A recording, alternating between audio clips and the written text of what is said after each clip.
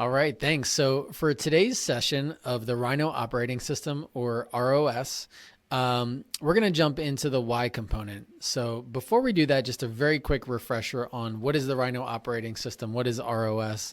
So for us, it all starts with the who component. We dig into who, our unique DNA. Then we start to talk about the why component, really finding our purpose, sort of our mission in life, if you will. Then we determine the what. So that's all about the actual actions that we do day in and day out. Set the how do we actually execute on that? And then plan the when, which is really all about our rhythms of maximum effectiveness. So as I mentioned, today's session is in the why component. And I'm really excited about this one. Today, we're going to break down 3 common misconceptions about purpose. So, purpose can feel like this really big and heavy thing.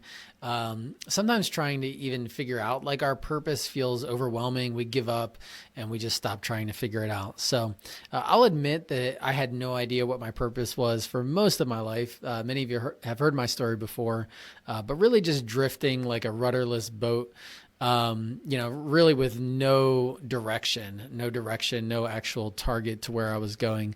So these are 3 things that I've personally struggled with that I hope will be helpful for each and every one of you. So the first is a common misconception I hear is that we sort of just are what we do. So we are defined, our purpose is defined by the work that we do or the output of our work. And I'm here to tell you that we are not just what we do. So we are not human doings, we're human beings. And while our actions and accomplishments may reflect aspects of ourselves, they just don't encapsulate our entire identity. Really true self-understanding goes beyond our job title or the company that we work for.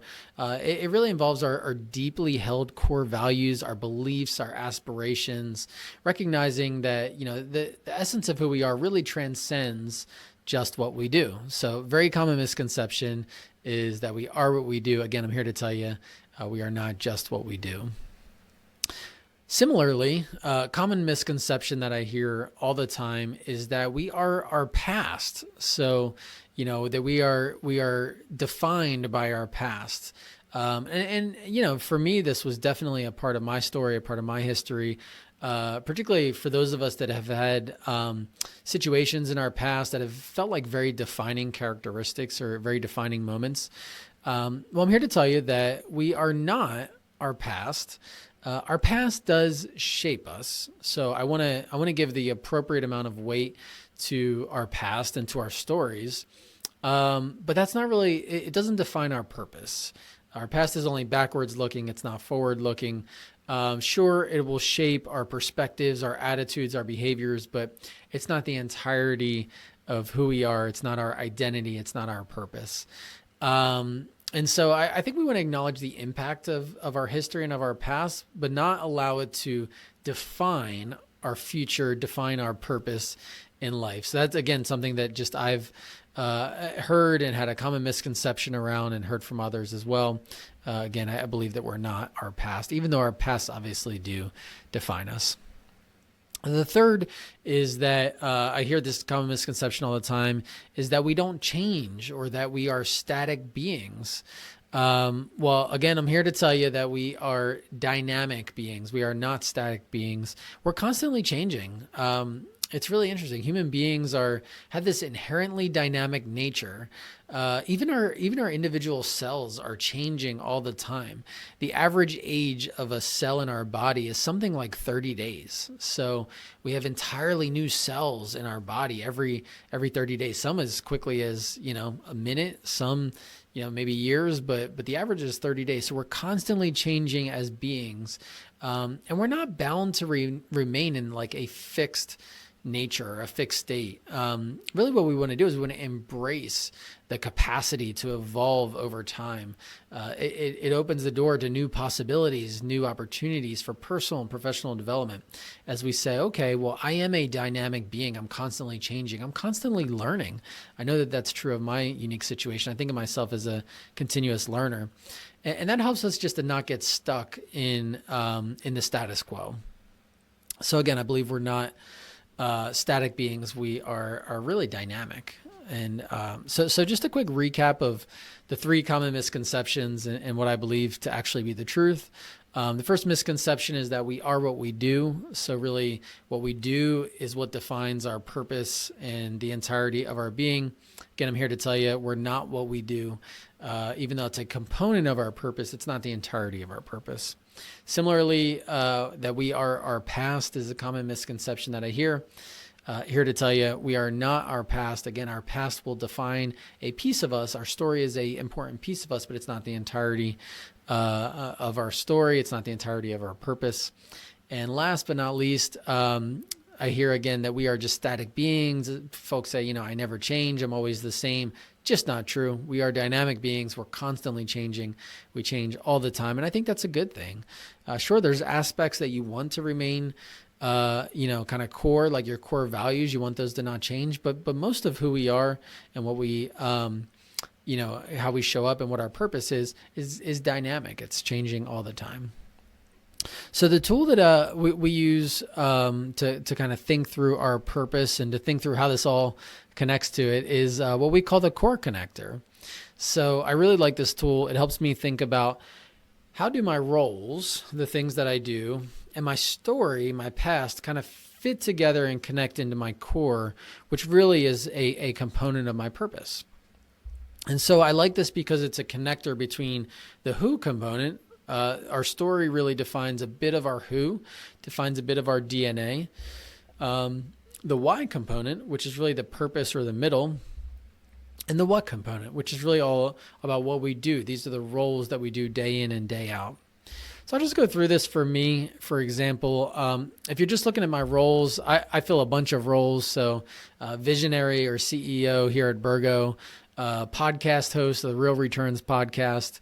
I'm a husband, a father to 3 amazing girls, an elder in our church. I'm an author, speaker, putting out a book this year. Really excited about that. I do speaking engagements, even this kind of stuff. And so those are my various roles, right? Those don't define my purpose. Those don't define who I am, but they are things that I do. So then the bottom of the tree, kind of the roots, is really who we are. And I like to share a bit of my story as I think of who I am. Now, there's many, many things in my story that I could share, but just 4 particular points, expelled from high school and then accepted into college, getting diagnosed with cancer, and then having 3 girls. Those are really defining kind of milestone moments in my life. Those have helped kind of build my character, develop me into who I am today. For better or worse, again, I think some of that adversity has at times created a little bit of rough edges, but some of the really sweet moments, like having a few kids, has really helped me to also mature and to overcome some of the adversity of the past. So then you get into thinking about, okay, well, if that's my story, how does that connect to my roles? So I've got this undergirding of my story, and then I have these various roles that I do. How do they relate to each other? Just a few examples of what this could look like. I mentioned adversity, been through adversity. That kind of defines how I show up. It actually makes me pretty well suited to deal with adversity in business and in life, and some of the roles that I do today. Taking risks. I've become a bit of a risk taker as an entrepreneur, and some of that is, again, just a function of my history and my past. Serving others, just because of how fortunate I believe I am to have received what I've received and to have been given the opportunities I've been given. I love to give back, and so that's why some of my roles revolve around serving others. It's a part of who I am. Leading people is something I'm incredibly passionate about, again, just because I've been led, and it's the leaders who have brought me to where I am that makes me want to give back and lead the next generation. And so along those same lines, guiding, leading and guiding people and stewarding people is something I'm really passionate about. So if you look at the core there, that starts to think about and kind of talk about a bit more of my purpose, right? So you see those and you say, okay, yeah, I can do all these things, be a father and a husband and a CEO, whatever that might be. But these are just the more ingrained kind of core aspects of who I am that I think really help to give me a glimpse of my purpose.